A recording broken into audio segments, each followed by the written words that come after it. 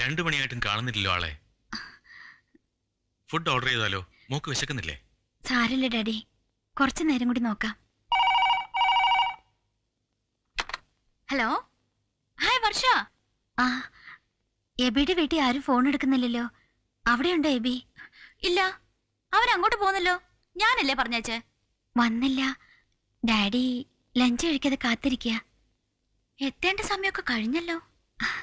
ഇനിയിപ്പോ ഡാഡിയുടെ ഫ്ലൈറ്റിന്റെ സമയമായി. സാരല്ല, ഡാഡിക്ക് എബിയോട് പരിഭവമില്ലെന്ന് പറഞ്ഞേക്ക്. എനിക്കും. ശരി.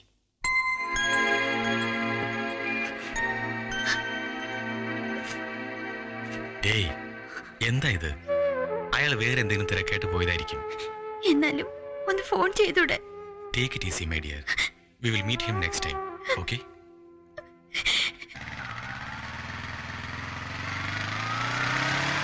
എങ്ങനുണ്ട് ഫ്യൂച്ചർ ഫാദർ ഇൻ ലോ? ഓ ജാട, ഭയങ്കര ജാട. അതെന്താ? അങ്ങേരുടെ ചില ചീപ്പ് വർത്തമാനങ്ങള്. ലോകം മുഴുവൻ ചുറ്റി സഞ്ചരിച്ച ആളാണ്. ആനയാണ്, ചേനയാണ്, ചക്കയാണ്, മാങ്ങയാണ്. ബോറടിച്ചു. ഊണ് കഴിച്ചോ? പിന്നെ ഐസ്ക്രീമും കഴിച്ചു. ഒന്ന് തന്നെ. അങ്ങേര് എന്ത് പറഞ്ഞെന്നാ? ചുമ്മാ ഓരോ ലൊട്ടിലൊടുക്ക് കാര്യങ്ങൾ. നീ എന്നോട് കള്ളവും പറഞ്ഞു തുടങ്ങി അല്ലേ? വർഷ വിളിച്ചിരുന്നു. അത് സോന, പോകുന്ന വഴി ടയർ പഞ്ചറായി.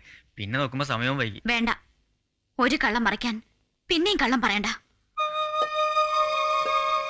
എന്താണ് നിനക്ക് പറ്റിയത്? എന്താണ് നമുക്കിടയിൽ സംഭവിച്ചത്? പറ. നമ്മൾ എന്തെങ്കിലും ഇതുവരെ പരസ്പരം പറയാതിരുന്നിട്ടുണ്ടോ? ഒന്നുമില്ല, എനിക്ക് പോകാൻ തോന്നില്ല, അത്ര തന്നെ. വർഷ വല്ലാണ്ട് അപ്സെറ്റായ വിളിച്ചത്. കരയാൻ തുടങ്ങി പാവം.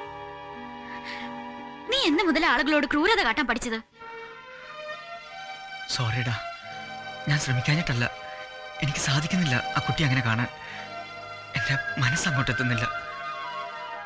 ഇനി നീ കാര്യം എന്നോട് പറയരുത്. ആ കുട്ടിയും അതൊന്ന് ആ കുട്ടിയെ പറഞ്ഞ് മനസ്സിലാക്കും. എനിക്ക് മനസ്സിലായി. മനസ്സിലായി അബി. ഞാൻ നേരത്തെ മനസ്സിലാക്കേണ്ടതായിരുന്നു. സാരല്ല, ഡാഡിയോട് പറഞ്ഞോളാം ഞാൻ നുണ പറഞ്ഞതാണെന്ന്. ഡാഡിക്ക് തമാശയായിരിക്കും. പൊട്ടിച്ചിരിച്ചിട്ട് മരമണ്ടിന്ന് പറഞ്ഞ് തലയ്ക്കൊരു കിഴുക്ക് തരും. എനിക്ക് വിഷമമൊന്നുമില്ലേ ബി? പക്ഷേ എനിക്ക് മനസ്സിലാവാത്ത ഒരു കാര്യമുണ്ട്.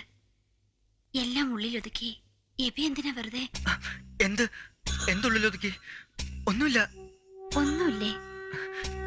വർഷയ്ക്ക് തോന്നുന്ന അല്ല, എനിക്കറിയാം എബി. ആദ്യം മുതലേ അറിയാം. ഫ്രണ്ട്ഷിപ്പിനപ്പുറത്ത് എബിക്ക് സോനയോട് തോന്നുന്ന ഇഷ്ടം, അതിന്റെ അർത്ഥം ഒക്കെ അറിയാം. ഇപ്പൊ വൈകിപ്പോയില്ലേ? കയ്യിലിരുന്നത് വെറുതെ വലിച്ചെറിഞ്ഞ് കളഞ്ഞതല്ലേ? ഒരു വാക്ക് അവളോട് പറഞ്ഞുകൂടായിരുന്നോ? അവൾക്ക് തിരിച്ച് എബിയെ സ്നേഹിക്കാതിരിക്കാൻ എന്തെങ്കിലും ഒരു കാരണം ഉണ്ടാവുമോ? ഒക്കെ സ്വയം വേണ്ടെന്ന് വെച്ചതല്ലേ? അതെ, സ്വയം വേണ്ടെന്ന് വെച്ചതാ. അറിഞ്ഞുകൊണ്ട് തന്നെ. ഇതുവരെ പരസ്പരം ഒന്നും പറയാതിരുന്നിട്ടില്ല, പരസ്പരം ഒന്നും മറച്ചു വെച്ചിട്ടില്ല. ഇന്നലെ സോന അത് പറഞ്ഞപ്പോ ഞാൻ അവളുടെ മുമ്പിൽ ആകെ ചെറുതായ പോലെ. ഇനി അങ്ങനെ ഒന്നും തോന്നല്ലേന്ന് മാത്രമാ ഇപ്പൊ എന്റെ പ്രാർത്ഥന. വർഷ, ദയവ് ചെയ്ത് സോന ഇത് അറിയരുത് ഒരിക്കലും. പ്ലീസ്, വർഷ പറയരുത്. പ്രോമിസ്.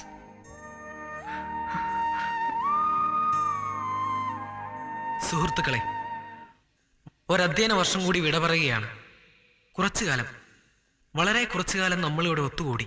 ഒരുപാട് ഇണക്കങ്ങളും പിണക്കങ്ങളും നമ്മുടെ കലാലയ ജീവിതത്തിലുണ്ടായി. ഒരു ജന്മം മുഴുവൻ ഓർത്തു വയ്ക്കാൻ വേണ്ട മധുരിക്കുന്നതും നൊമ്പരപ്പെടുത്തുന്നതുമായ അനുഭവങ്ങൾ കൊണ്ട് സമ്പന്നമായ ചില വർഷങ്ങൾ. ഓർക്കാൻ ഒരുപാട് കാര്യങ്ങൾ ഉണ്ടായിട്ടുണ്ട്, ഒരുപാട് തമാശകളും. പക്ഷെ ആ കൂട്ടത്തിലൊരു റൊമാൻസ് ഒരിക്കലും പ്രതീക്ഷിച്ചിരുന്നല്ല. ഹായ്, ക്യാമ്പസ് റൊമാൻസിന് എന്നെ കിട്ടില്ല എന്ന് വീമ്പ് പറഞ്ഞിട്ട് എന്തായെന്ന് ചോദിച്ചു ഫ്രണ്ട്സിന്റെ കളിയാക്കലും. എന്നാലൊരു രസമുണ്ടല്ലേ? ഏതായാലും വീട്ടുകാർക്ക് കൂടി താല്പര്യമായ സ്ഥിതിക്ക് ഇനി അധികം കാലം കാത്തിരിക്കാതെ എല്ലാം ഒന്ന് ഫാസ്റ്റ് ആക്കിക്കൂടെ? അടുത്ത് തന്നെ മമ്മിയും ഡാഡിയും വരുന്നുണ്ട് സ്റ്റേറ്റ്സിൽ നിന്ന്. വന്നാലുടൻ ഒഫീഷ്യലായി പെണ്ണ് വയ്ക്കാൻ അവരെത്തും തൻ്റെ വീട്ടിൽ. കുട്ടിക്കാലം തൊട്ടേ എൻ്റെ യോഗ.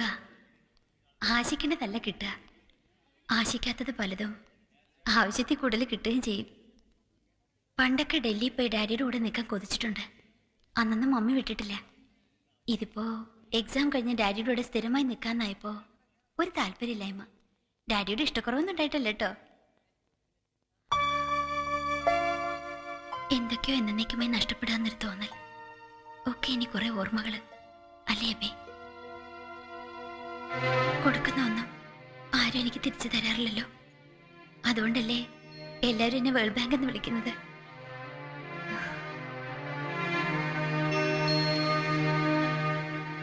ഇതിലെന്തെങ്കിലും ഒരു വരിയൊന്ന് എഴുതുവോ?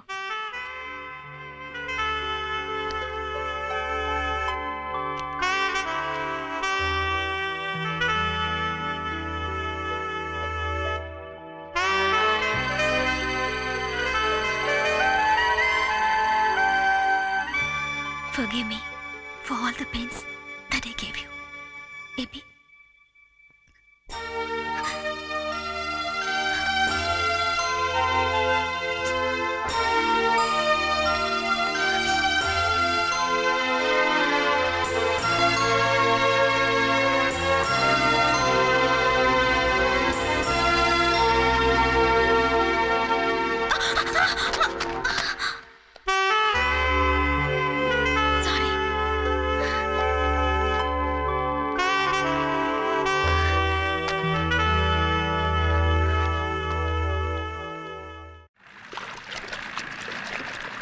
എടാ മാത്തുക്കുട്ടി, ഈ വെള്ളവും കായലും ഒക്കെ കാണാനെങ്കിലും നീ എല്ലാ വർഷവും നാട്ടിലോട്ട് വാടാ. നാട്ടുകാരെക്കാളും കൂടുതൽ വിദേശികളായി ഇവിടെ ഇപ്പം. കണ്ടില്ലേ ഓരോന്നൊക്കെ ഉണ്ടാക്കി വെച്ചിരിക്കുന്നേ അവരെ പറ്റിക്കാൻ. അതിനെന്തോ മുദ്രാവാക്യം ഇവിടെ ഉള്ളവർ പറയുമല്ലോ. എന്തുവാടാ കുഞ്ഞോനത്? God's own country. ആ അത് തന്നെ. ദൈവത്തിന്റെ സ്വർഗരാജ്യം ഇപ്പൊ ഇവിടെ വന്നല്ല. കഴിഞ്ഞ വർഷവും വരാമെന്ന് പറഞ്ഞിട്ട് നീ വന്നില്ല. അവിടുത്തെ ഓരോ തിരക്കുകൾ കഴിഞ്ഞിട്ട് വരാനൊക്കെ ഉണ്ട് എൻ്റെ അമ്മച്ചി. ഇപ്പൊ ദേ ഇവളെ കൂടെ കാര്യങ്ങളൊക്കെ നോക്കിയിട്ട് തന്നെ ഇങ്ങനെ. ഇനി പ്രകാശം കൂടി അങ്ങോട്ട് വന്നാലേ ഒന്ന് ശ്വാസം വിടാനുള്ള ഒഴിവ് കിട്ടൂ. എക്സാം കഴിഞ്ഞ സ്ഥിതിക്ക് അവനും നമ്മുടെ കൂടെ തന്നെ പോരാ. അതെ. എന്തോന്നതെ? കല്യാണം കഴിച്ചവൻ ഇവിടെ തന്നെ കൂടാൻ പോവാ എന്നോടൊപ്പം. അത് ഞങ്ങൾ തീരുമാനിച്ചതാ. ഇല്ലയോടാ കുഞ്ഞോനെ? കൊച്ചിനെ ഞാൻ കണ്ടതാ.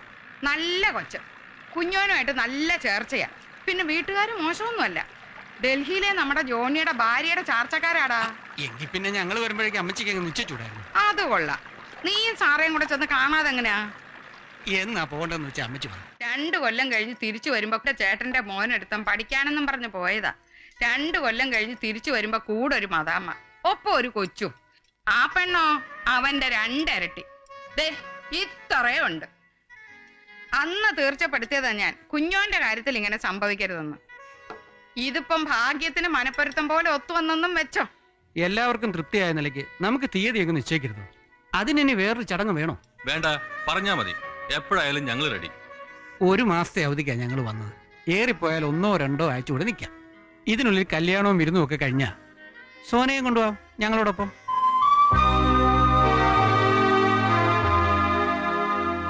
സോനയ്ക്ക് പാസ്പോർട്ടൊക്കെ ഉണ്ടല്ലോ അല്ലേ? വിസയുടെ കാര്യത്തിൽ വലിയ പ്രയാസം വരില്ല. പ്രകാശിന് ഗ്രീൻ കാർഡുള്ള സ്ഥിതിക്ക് കല്യാണം കഴിഞ്ഞ് 4-5 ദിവസത്തിനും ശരിയാക്കാവുന്നേ ഉള്ളൂ. അല്ല, പെട്ടെന്ന് ഇവിടെ കൊണ്ടുപോകാന്ന് പറഞ്ഞാ? ഞാനും പറഞ്ഞതാ അത്. കുഞ്ഞോ വേണമെങ്കിൽ പൊക്കോട്ടെ, മോൾ എന്റെ കൂടെ കുറച്ചു നാള് പുളിങ്കുന്നിലൊക്കെ നിന്ന്. അത് പറഞ്ഞിട്ട് അപ്പനും മോനും ആ വഴിക്ക് എടുക്കണ്ടേ? അതിപ്പോ അമ്മച്ചിയുടെ സമ്മതം നോക്കിയാൽ ശരിയാവില്ല. എന്റെ തിരക്കും ബിസിനസ്സും ഒക്കെ ഞാൻ പറഞ്ഞതാണല്ലോ. പ്രകാശും കൂടി അങ്ങോട്ട് വന്നാലേ ശരിയാവൂ. പുതുമോടിയാവുമ്പോ പെണ്ണിനെ ഒറ്റയ്ക്കാക്കിയിട്ട് പോകാൻ ഇവനും കാണും പ്രയാസം. ഇപ്പോഴത്തെ പിള്ളേരല്ലേ. അതുകൊണ്ട് മിസ്റ്റർ ജോബും നിങ്ങളെല്ലാവരും ഒരു ഫേവർ ചെയ്തു.